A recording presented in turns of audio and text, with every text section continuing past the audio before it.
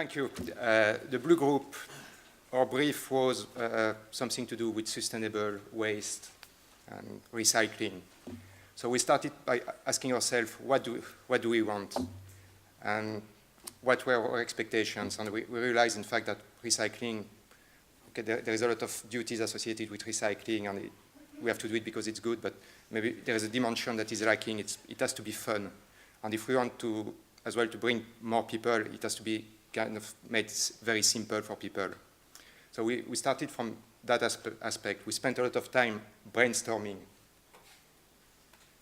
So in the brainstorming process, we realized that we want also to collect more recycling materials. But recycling is boring in some ways. How can we make it more interesting for people? It's time to make it fun. It's a fun family activity as well that we can build into the weekly shopping. And the advantage is I have a kid, and I know my kid is bored going to the shop. But if you can find an activity that is going to make it interesting for him, and at the same time you can educate him to bring recyclables somewhere and how to do it, that would be very fun. It will be a less stressful experience for him and for the parents as well.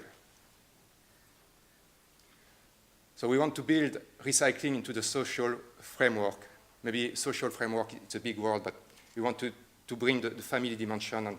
And we are talking about family, but maybe that model can be replicated as well with other people and other level than the family. There could be another dimension as well that has to be teased out. So we start by little Seamus and his mummy.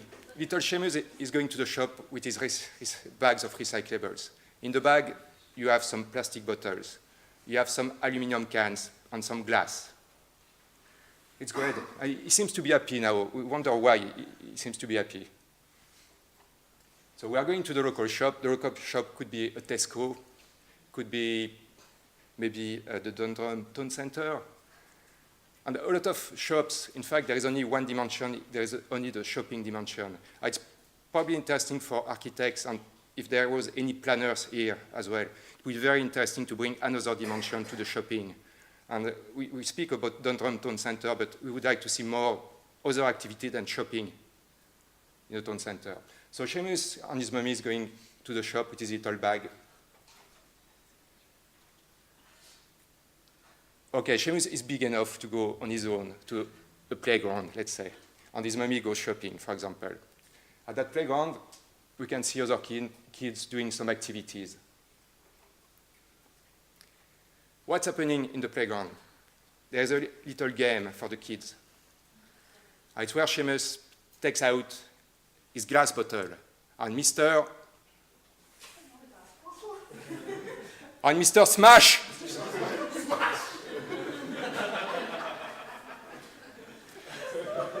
Seamus takes out his plastic bottle, and Mrs. Squeeze!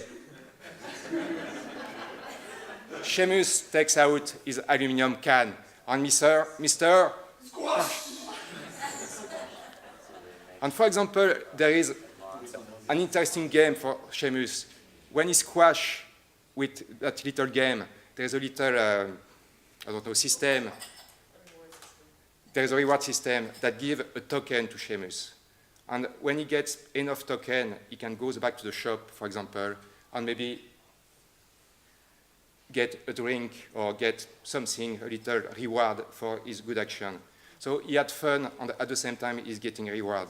And in doing that, we would see a lot of advantages for the shop, because you are transforming a stressful experience in something else that is fun, and there is a lot of activities. There is the reward as well for the kid and the education. There is also another aspect that is interesting. It's the reverse logistic, the fact that you buy product, but as well you are able to bring back your waste or your packaging to the shop. And that reverse logistic, it's only at the family scale, a small scale. Then from the shop, if you can implement that to the supplier, at the supplier level, it could become more interesting as well. So the shop as well can win in that, because the shop can collect clean recyclables. And we know that recyclables prices have collapsed, but they're going to pick up slightly. And if you get aluminum cans, for example, the price of aluminum cans is still very expensive, and you can make a couple of €100 selling your aluminum cans. And the shop become more attractive to parents, to kids. And so we hope that planners, architects are going to consider that option. And we hope as well that there is maybe some opportunity for designers to work on specific tools for kids, or for family, or for any other stakeholders that could bring them to the shop. And just to show you that we can have fun in recycling, we have reused some newspapers, and we have made little hats. So thank you for your attention.